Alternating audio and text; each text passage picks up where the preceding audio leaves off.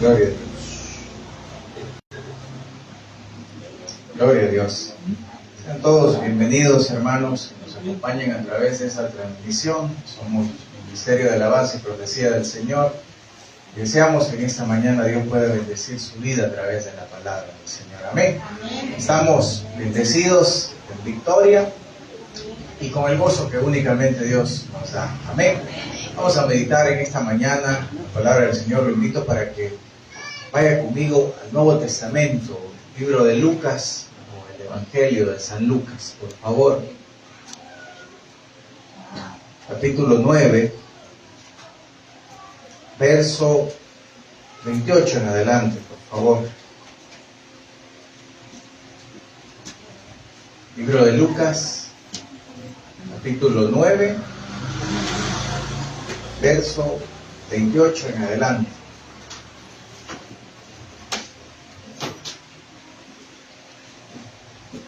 Me regala un amén cuando lo tenga, por favor. Gloria a Dios. Dice la palabra del Señor, la leemos en nombre del Padre, del Hijo y de su Santo Espíritu. Amén. Aconteció, como 8 días después de estas palabras, que tomó a Pedro, a Juan y a Jacobo, y subió al monte a orar, y entre tanto que oraba, la apariencia de su rostro se hizo otra, y su vestido blanco y resplandeciente. Y aquí 2 varones que hablaban con él, los cuales eran Moisés y Elías, quienes aparecieron rodeados de gloria y hablaban de su partida, que iba Jesús a cumplir en Jerusalén. Y Pedro y los que estaban con él estaban rendidos en sueño, mas permaneciendo despiertos, vieron la gloria de Jesús y a los otros 2 varones que estaban con él. Amén. Padre, le damos gracias en esta mañana, Señor. Gracias por este día tan especial que has preparado para cada uno de nosotros, Señor. Gracias por tu bondad, gracias por tu amor, gracias por tu fidelidad y sobre todo gracias por tu misericordia, Señor, en habernos alcanzado y darnos la salvación, Señor, que tanto anhelamos. Señor, bendigo en esta mañana cada corazón hecho presente en este lugar, Señor, cada persona, Señor, cada hermano, amigo que nos está viendo, Señor, del otro lado de la pantalla, Señor.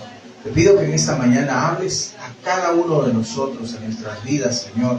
Haz que nuestro espíritu se inquiete, Señor, por buscar estar en comunión también con tu Santo Espíritu, Señor. Ayúdanos a que podamos conectar contigo esta mañana, Señor, sin importar, Señor, las adversidades que están en nuestro entorno, Señor, sin importar, Señor, las aflicciones. Tu palabra dice, Señor, que tú venciste al mundo, Señor.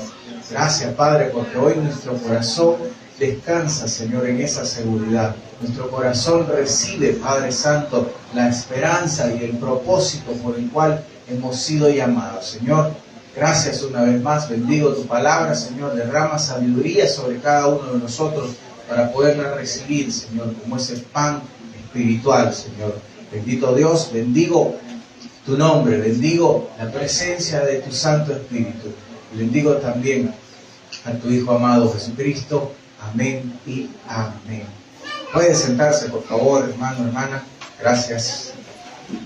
Hemos orado ya, hemos también leído parte de las palabras y eventos que también Lucas pudo registrar en este evangelio, en el cual describe y relata también de cómo Jesús fue transfigurado, ¿sí? Es decir, recibió una apariencia, distinta de cómo los discípulos, en este caso, como lo leemos, Pedro, Juan y Jacobo, quienes estuvieron presentes ante este hecho, pudieron observar. Dicho de otro modo, fueron testigos oculares de lo que estaba sucediendo. Nadie les contó, ¿sí? Nadie les dijo, mira, ¿sabes qué? Dicen que el maestro, ¿sí?, tuvo otra apariencia. O ¿saben qué? Nos dijeron que el maestro como que le cambió el rostro, ¿sí?, y era alguien distinto, ¿sí?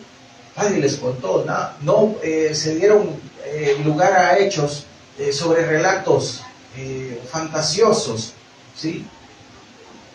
estuvieron presentes durante este evento ocurrió, ¿sí? Creo yo que nosotros, en esta sociedad moderna, estamos acostumbrados a que si lo vemos con nuestros propios ojos, si lo palpamos con nuestras manos, somos capaces de creerlo, ¿sí? Difícilmente cuando alguien nos cuenta algo tan maravilloso, algo tan sobrenatural, decidimos creer. Quizás creemos, como dicen por ahí, un 50-50, ¿sí? Nos queda la duda de si este hecho tan fantástico es capaz de suceder. Lo cierto es que Jesús tenía todo el poder, toda la autoridad para poder hacerlo, ¿sí? Y creo que esto sucede precisamente después de que Jesús les había hablado, y no solo en una ocasión, ¿sí?, a los suyos, sino en varias, en repetidas ocasiones, acerca de las consecuencias que traería el seguirle a Él, ¿sí? Usted recordará, por ejemplo, Jesús les dijo, tienen que negarse a ustedes mismos, ¿sí? Todo lo que ustedes consideran, lo que ustedes estiman con alto precio, con alto valor, tienen que dejar eso atrás, con tal de seguirme a mí mismo. Lo que ustedes creen, las tradiciones, las creencias que hasta este momento han pensado como correcto, ahora es necesario que decidan dejar de creer en eso y crean en el Hijo de Dios. También Jesús les había hablado acerca de tomar la cruz y seguirle, ¿sí? Yo creo que cuando Jesús menciona estas palabras, ¿sí?, literalmente los discípulos tomaron la palabra como pensando, bueno, pero tomar la cruz implica recibir también el peor castigo de los romanos, ¿sí? Porque nadie quería ir a tomar un lugar en una cruz. En principio, porque era un hecho bastante deshonroso, ¿sí? Usted recordará que Roma ejecutaba a los criminales, ¿sí?, a los que cometían los peores delitos en una cruz, ¿sí? Por lo tanto, era un motivo vergonzoso el decir que tengo que llevar una cruz que va a servir también para mi propia ejecución, ¿sí? Cuando Jesús les dijo, tomen su cruz y adelante, síganme, sin importar el peso, sin importar la vergüenza, sin importar los señalamientos, sin importar los comentarios, las acusaciones, sin importar cómo el mundo los vea. Adelante, cada uno tome su propia cruz y sigamos. En este camino vamos todos. Jesús también les había dicho, parte de las consecuencias que tendrán que enfrentar será incluso perder la vida, ¿sí? Imagínese usted, consigue un empleo, por ejemplo, ¿sí?, y al momento de firmar contrato, ¿sí?, en la sección última hay una cláusula muy pequeña, con letritas chiquitas, como usualmente. Y ahí le dicen de que parte de los riesgos de tomar ese empleo es que en algún momento tendrá que perder la vida, ¿sí? Y no hay opción, ¿sí?, sino que para culminar su trabajo tendrá sí o sí que entregar su propia vida.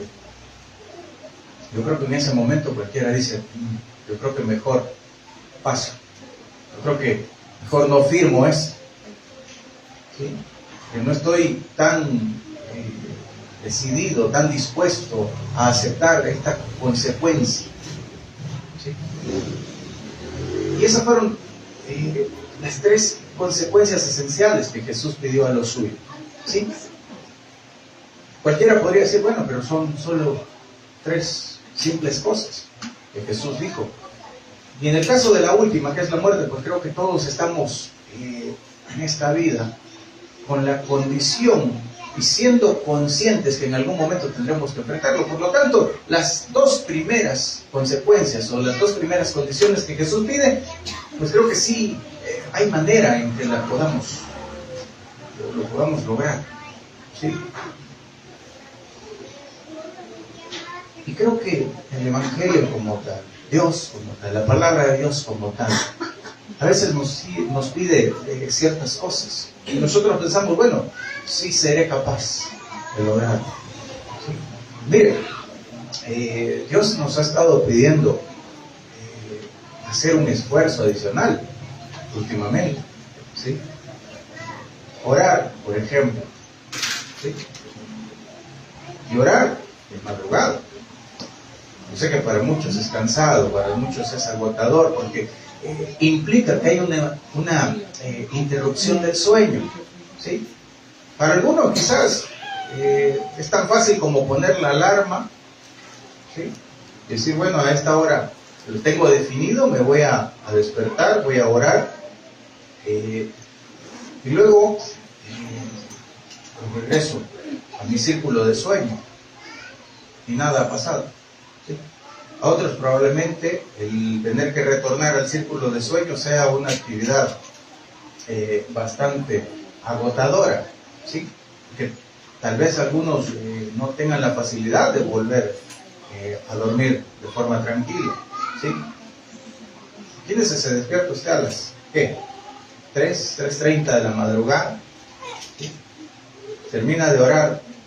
Quiero pensar que por lo menos una media hora la está orando usted. O usted sabrá si hace oraciones express de 5 minutos, tal vez. Y probablemente después de la media hora, o de los 5 minutos, usted pasa que no se puede dormir. ¿Sí? Y bueno, aprovecha a ver el toc toc. Tal vez así le da sueño. ¿Sí? Y se llega casi la hora de despertarse ya para hacer sus actividades. Y ahí es donde le va el sueño profundo, ¿sí? Y luego el tener que levantarse implica otro esfuerzo adicional, ¿sí? Que resulta sumamente cansado después, durante la jornada, porque usted dice, ay, es que Dios me ha dejado orando, ¿sí? Pero yo creo que parte de lo que Jesús, a través de este relato breve que Lucas registra, nos hablaba también acerca de esto, ¿sí? Mire, Mateo, por ejemplo, describe la apariencia del rostro de Jesús como resplandeciente como el sol. Y lo puede buscar usted en Mateo 17:2. Marcos menciona la faz del Señor, no cambia quizás tanto, se centra más en las apariencias, en la vestidura, ¿sí? Te dice que sus vestidos se vuelven resplandecientes, ¿sí? Muy blancos como la nieve, tanto para el lavador, dice, tanto que ningún lavador en la tierra los puede hacer tan blancos, ¿sí? Eso lo puede encontrar usted en Marcos 9:3. Ahora, Lucas, en estos versos que usted y yo acabamos de leer, cuenta detalles que ni Mateo ni Marcos logran mencionar. Por ejemplo, dice, su rostro cambió entre tanto que oraba, ¿sí? Quiero que en esta mañana usted y yo aprendamos a discernir, ¿sí?, estas diferencias que son esenciales, que son cruciales, ¿sí? Cuando usted ora, al igual que Jesús, su apariencia cambia, ¿sí? Su rostro va a ser otro, ¿sí? Hermano, hoy me voy a parecer a Brad Pitt, porque voy a orar mucho, ¿sí? Las hermanas se van a parecer ¿a quién? A Angelina Jolie, por orar.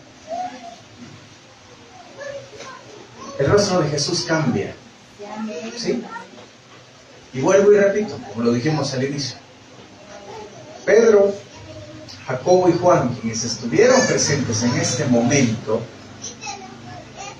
dicen, estamos ante un hecho sobrenatural, porque estamos viendo el rostro de Jesús diferente. Estamos acostumbrados a ver un rostro misericordioso, un rostro de amor, un rostro que está siempre dispuesto a cumplir el servicio de los demás, pero ahora vemos a un Jesús totalmente diferente, a un Jesús que está con su rostro resplandeciente, ¿sí? Ahora, algo que es interesante mencionar es que los discípulos estaban cargados de sueño, ¿sí? La Biblia no nos brinda detalles acerca de la hora en la cual este evento sucedió, pero estaban sumamente agotados. Eso sí lo podemos nosotros saber, ¿sí? Durante ocurría la transfiguración de Jesús. Ahora, volviendo siempre al tema central, ¿sí? Cuando usted ora, usted recibe una apariencia distinta. El ejemplo de Moisés, por ejemplo, ¿sí? ¿Usted se recuerda? Cuando Dios lo manda a llamar a Moisés para entregarle las tablas de los mandamientos, había estado en presencia de Dios por 40 días y 40 noches, en ayuno total, ¿sí? Estaba arriba de una montaña y dijo: nadie vaya a subir, porque allá arriba tengo una cita, únicamente Dios y yo.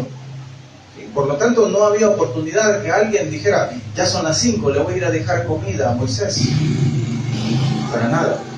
Estaba en total comunión con Dios. Y cualquiera podría pensar: bueno, Moisés estaba, probablemente aprovechaba todo el día, toda la noche para dormir, ¿sí? Descansar, y de esa manera guardaba un poco de energía para poder soportar. Al contrario, yo creo que mientras Moisés estaba orando y estaba ayunando, su espíritu estaba demasiado fortalecido, ¿sí? ¿Habrá sentido hambre? Sí, tal vez sí. Era un hombre como usted y como yo. Yo creo que la sensación de hambre, la necesidad de hambre, la necesidad fisiológica de saciar su estómago, era inferior comparado a la necesidad de estar en comunión con Dios, ¿sí? ¿Y sabe qué? Ocurre algo también muy similar. Éxodo 34:30 dice: y Aarón y todos los hijos de Israel miraron a Moisés, y he aquí la piel de su rostro era resplandeciente, y tuvieron miedo de acercarse a él. ¿Sí?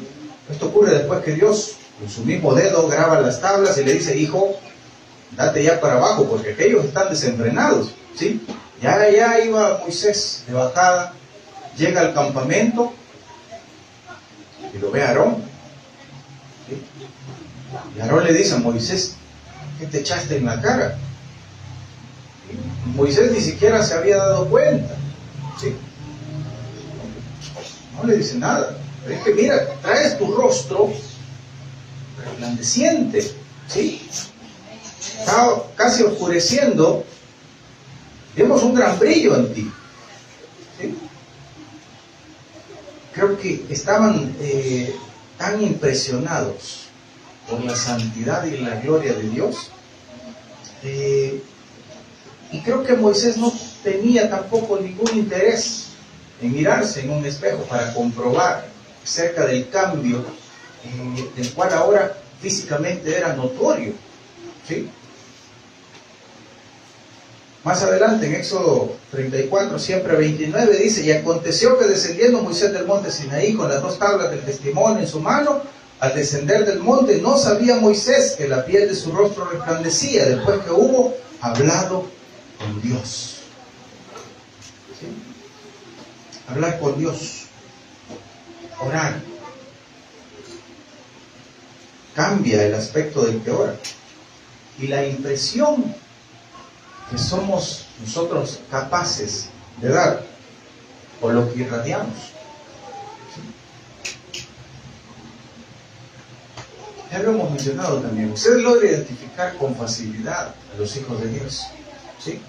Y se logra identificar también, además, a aquellos que hablan con Dios, que oran a Dios, ¿sí? Porque creo que muchos han aprendido a que la comunión con Dios es parte importante en la vida, ¿sí? Es necesario como comer, es necesario como respirar, Y respirar es algo que hacemos inconscientemente. ¿Sí? Yo le pregunto, desde que se levantó hasta este momento, ¿cuántas veces ha respirado? ¿Lleva usted la cuenta? Pero lo está haciendo. ¿Sí? Y si le digo que deje de hacerlo, va a poner azul. ¿Sí? Va a decir, hermano, no puedo. Lo mismo sucede con la oración.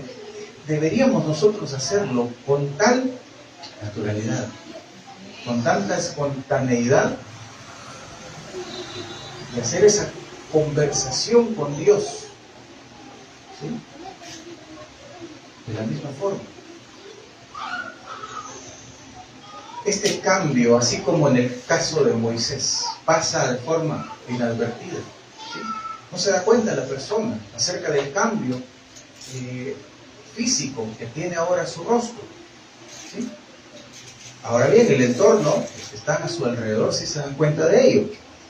Podríamos nosotros también mencionar que este cambio o la forma en cómo irradiamos nuestra comunión con Dios tiene mucho que ver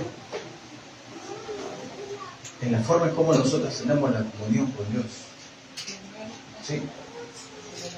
Alguien que no ora, por ejemplo, ¿sí?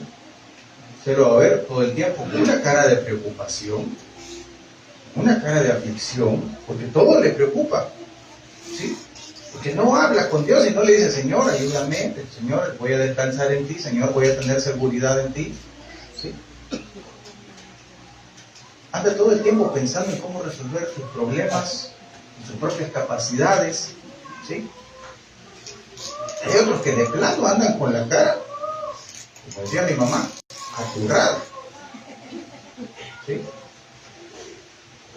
Llenos de enojo, de ira, descontento, a disgusto, ¿sí? Porque no han conocido a aquel que es capaz de llenar de gozo su corazón. Y están pensando en cómo hacer el mal, cómo vengarse de otros, cómo dañar a otros, ¿sí? Y lo demuestran en su rostro. Y es fácil poderlo ver. Se percibe, sin necesidad de cruzar una palabra. Otro de los ejemplos acerca de un cambio a través de la oración. Ana, ¿se recuerda? ¿Quién fue Ana en el Antiguo Testamento? Madre de Samuel. ¿Sí? Una mujer que en su momento llega al templo con aflicción en su corazón, turbada en su espíritu. ¿Y sabe qué es lo que ocurre? Ana llega y ora, habla con Dios, y dice la palabra largamente. No fue una oración express, que usted hace. ¿Sí? Ana llegaba, era constante, hablaba con Dios, exponía su condición delante de Dios. Y dice la palabra en 1 de Samuel 1:18. Y ella dijo, haya tu sierva gracia delante de tus ojos. Y se fue la mujer por su camino y comió y no estuvo más triste. El sacerdote Elí le dice, mujer, ¿estás borracha? No, mi señor, le dice. Simplemente he derramado mi espíritu delante de la presencia de Jehová porque tengo una necesidad muy grande. ¿Sí? Y el profeta le dice, bueno, hija, vaya con Dios, le dice. Estoy seguro que Dios ha escuchado tu oración. ¿Sí? Y esta mujer recibe la palabra en su corazón y dice que así como llegó, no se fue, porque ya no estaba más triste. ¿Sí? Llegó con una enorme preocupación, con un enorme dolor en su corazón, pero salió del templo con una cara de felicidad, con una cara de alivio. ¿Sí? Ya no había preocupación en su corazón, ¿sí? Y no estuvo más triste. ¿Sí? Yo creo que cualquiera que vio a esta mujer de camino hacia el templo también se debe haber preocupado. Y todo aquel que la vio de camino a casa, a su regreso, se quedaron admirados, sorprendidos, porque era una mujer totalmente distinta, como la habían visto quizás horas más temprano. Un ejemplo más, Esteban, del Nuevo Testamento, el primer mártir de la iglesia. ¿Sí?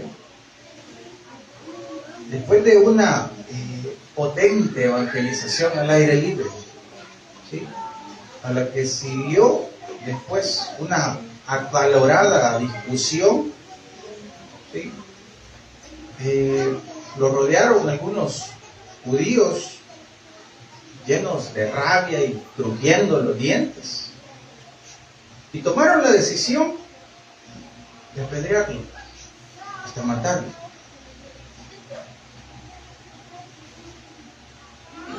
Pocas horas pasaron, creo yo, desde que él terminó de evangelizar, ¿sí?, hasta tal punto que le fue arrebatada su vida. Pero antes de esto, creo que tenemos una impresión que dejó a esa misma multitud todavía más alterada.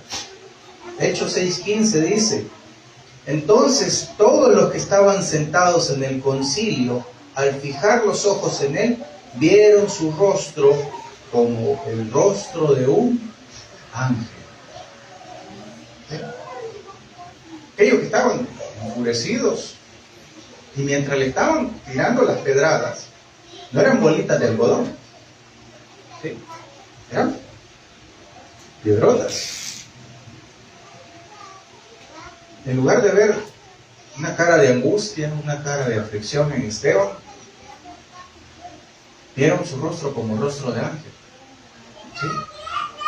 Esteban no estaba preocupado en lo más mínimo sobre lo que estaba sucediendo, sobre lo que iba a suceder en ese momento con su vida. Esteban estaba en lo más tranquilo. ¿Sí?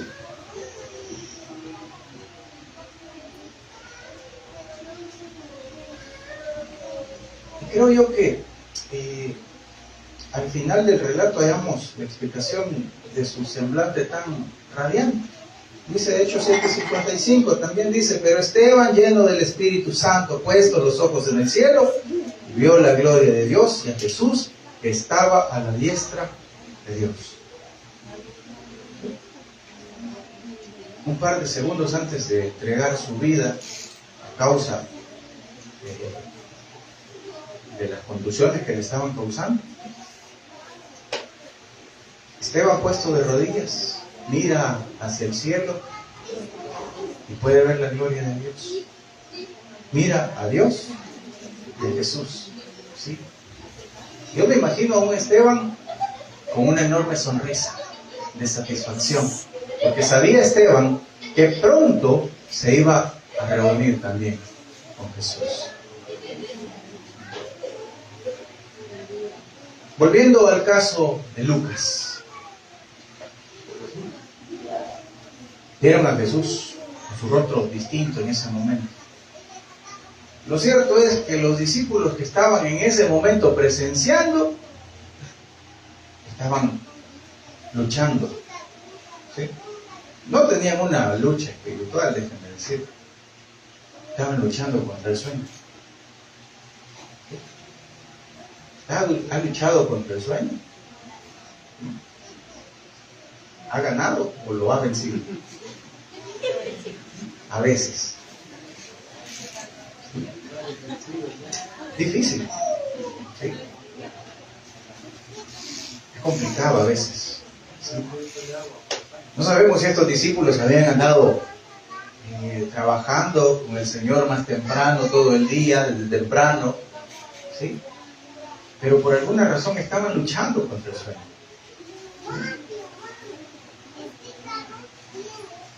Estaban casi agotados, ¿sí?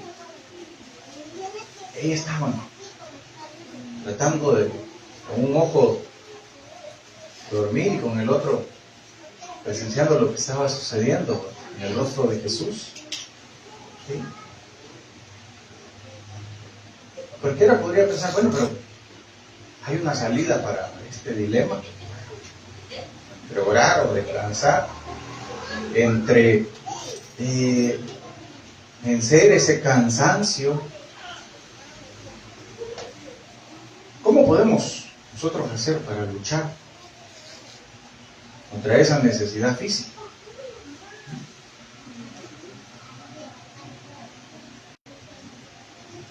Y es bien interesante porque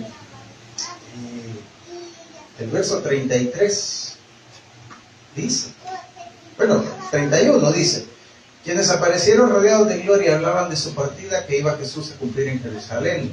Y Pedro y los que estaban con él estaban rendidos en sueño, mas permaneciendo despiertos, vieron la gloria de Jesús y a los dos varones que estaban con él. Y sucedió que apartándose ellos de él, Pedro dijo a Jesús, Maestro, bueno es para nosotros que estemos aquí y hagamos 3 enramadas, una para ti, una para Moisés y una para Elías, no sabiendo lo que decimos. Imagínese usted, y aquí creo que nos vamos a dar cuenta de algo. Pedro, que también estaba luchando con el sueño, así como luchamos usted y yo, ¿sí? Cuando ve la gloria de Dios a través del rostro de Jesús, cuando ve a Moisés y cuando ve a Elías, rápidamente se pone en pie, se acerca a Jesús y le dice, Jesús, podemos hacer, si gustas, unas cabañas para ti, para Moisés y para Elías, para que estén más cómodos, ¿sí? Y yo le pregunto, ¿estaban o no estaban cansados? En ese momento se activan las energías. ¿Para qué iban a hacer enramadas en ese momento? Actuar para el Señor. Eso es lo que estaba haciendo Pedro. ¿Sí? Pedro, creo que Jesús también se sorprendió. Estaba viendo cabecear y de repente te paras porque viste a Moisés y a Elías. Y estás ofreciendo hacer unas enramadas. Creo que actuar para Pedro aparentemente no era tan difícil. Orar, sin embargo, era una cosa demasiado pesada, tanto para él y para los otros discípulos. ¿Sí? Mire, cualquiera de nosotros podría decir, bueno, sí, yo soy alguien, si Dios me pide que haga algo, lo voy a hacer. ¿Sí? Pero lo está haciendo por salir del compromiso, como decimos, por cumplir algo a medias, o porque de verdad se está esforzando en poder hacerlo y agradar al Señor a través de su obediencia. ¿Sí? Es algo incomprensible, ¿sí? Porque dice la palabra que estaban rendidos del sueño, estaban agotados, cansados, casi a punto de quedarse dormidos. Pero en ese momento Pedro dice, bueno, todo soñoliento, Señor, vamos a hacer unas enramadas para que estén más cómodos. ¿Sí? Pareciera ser que, como lo dice la palabra, Pedro estaba diciendo eso sin saber lo que decía. Dicho de otro modo, Pedro estaba dormitado mientras estaba diciendo eso. ¿Sí? No estaba en sus cabales, por así decirlo. Yo creo que falta a veces un esfuerzo adicional de nuestra parte. ¿Sí? Incluso si la tarea es demasiado agotadora. Incluso si estamos luchando, en este caso contra la tentación del sueño. Más adelante, vaya conmigo a Lucas 22, por favor, 45, aprovechando que estamos en Lucas.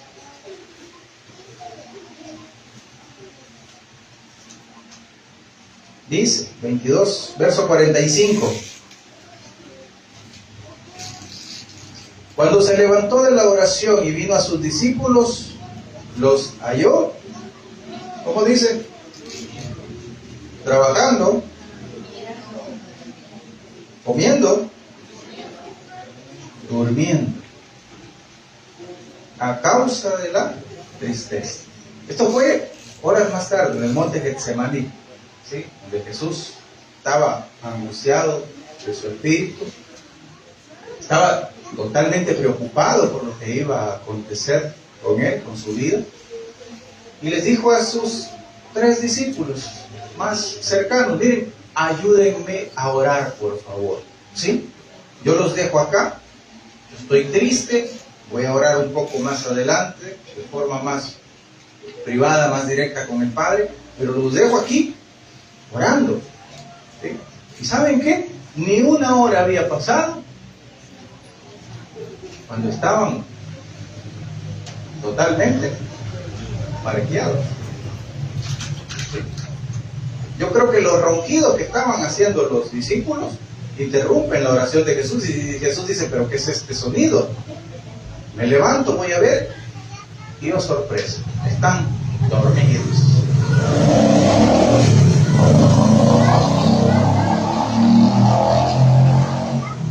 Y lo más curioso es que la palabra dice que se habían quedado dormidos a causa de la tristeza, ¿sí?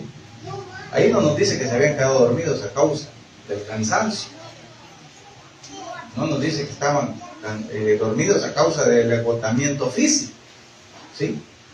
Pareciera ser que los discípulos se despiertan y dicen: oh, perdón Jesús, es que estamos demasiado tristes, que nos quedamos dormidos. Parece ser una excusa, siento yo, que los discípulos utilizan para decirle: es que estamos tan conectados contigo, y como tú estás triste, nosotros nos sentimos más tristes todavía, y por eso nos quedamos dormidos.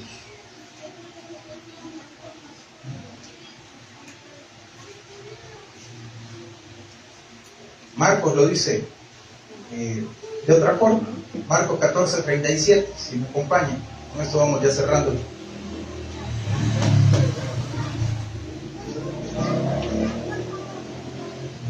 Marcos 14:37 dice: vino luego y los halló durmiendo, y dijo a Pedro: Simón, ¿duermes? ¿No has podido velar una hora? Siendo Pedro el que llevaba siempre la palabra de Dios, tuvo que escuchar la pregunta del Señor, ¿sí? Jesús los ve a todos durmiendo, ¿sí?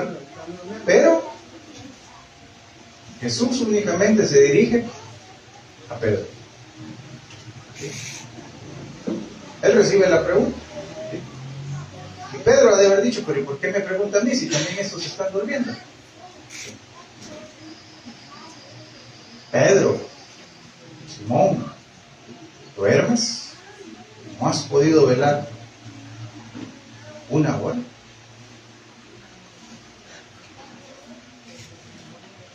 Hay una historia, ya la hemos mencionado también en otras ocasiones, del Antiguo Testamento, que muestra de una forma perfecta las fuerzas que cuesta orar y lo agotador que puede ser, ¿sí?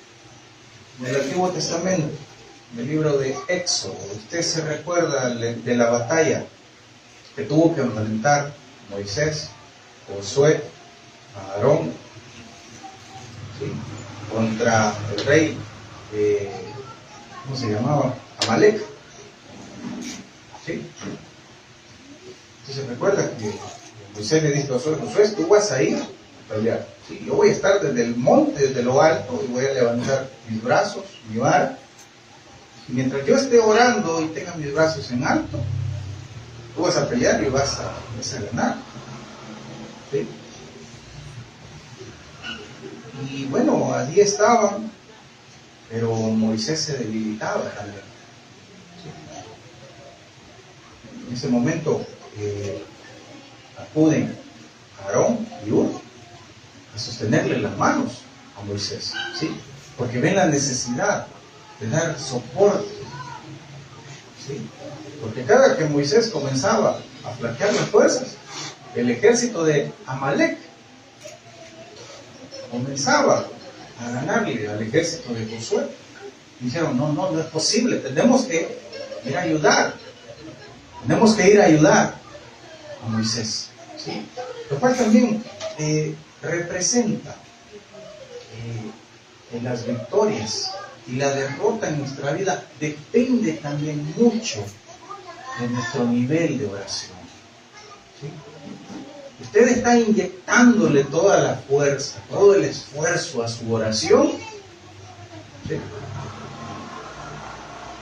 O es simplemente una oración repetida, aprendida, ¿sí?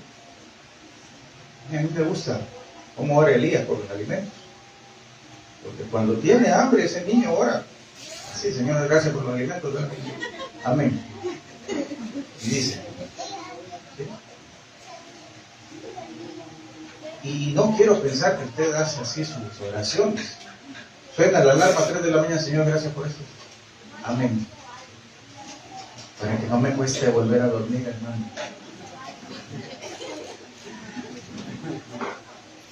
Imagínense si Moisés hubiera hecho ese tipo de oración, ¿sí? Más hubiera tardado en levantar las manos que en haber terminado de orar, ¿sí? Pero Moisés oró, y oró el tiempo que fue necesario, ¿sí? Y cuando no tuvo fuerzas, ¿sabe qué? Vino el soporte de los hermanos de la congregación, ¿sí? Diciéndole: Moisés, estamos aquí para ayudar, vamos a pedir por lo que tú estás pidiendo, ¿sí? Porque al final es una victoria colectiva también, ¿sí? En sus oraciones, hermano, incluye las oraciones de otros también, ¿sí? Pida por otros, que al final la victoria es de todos, ¿sí?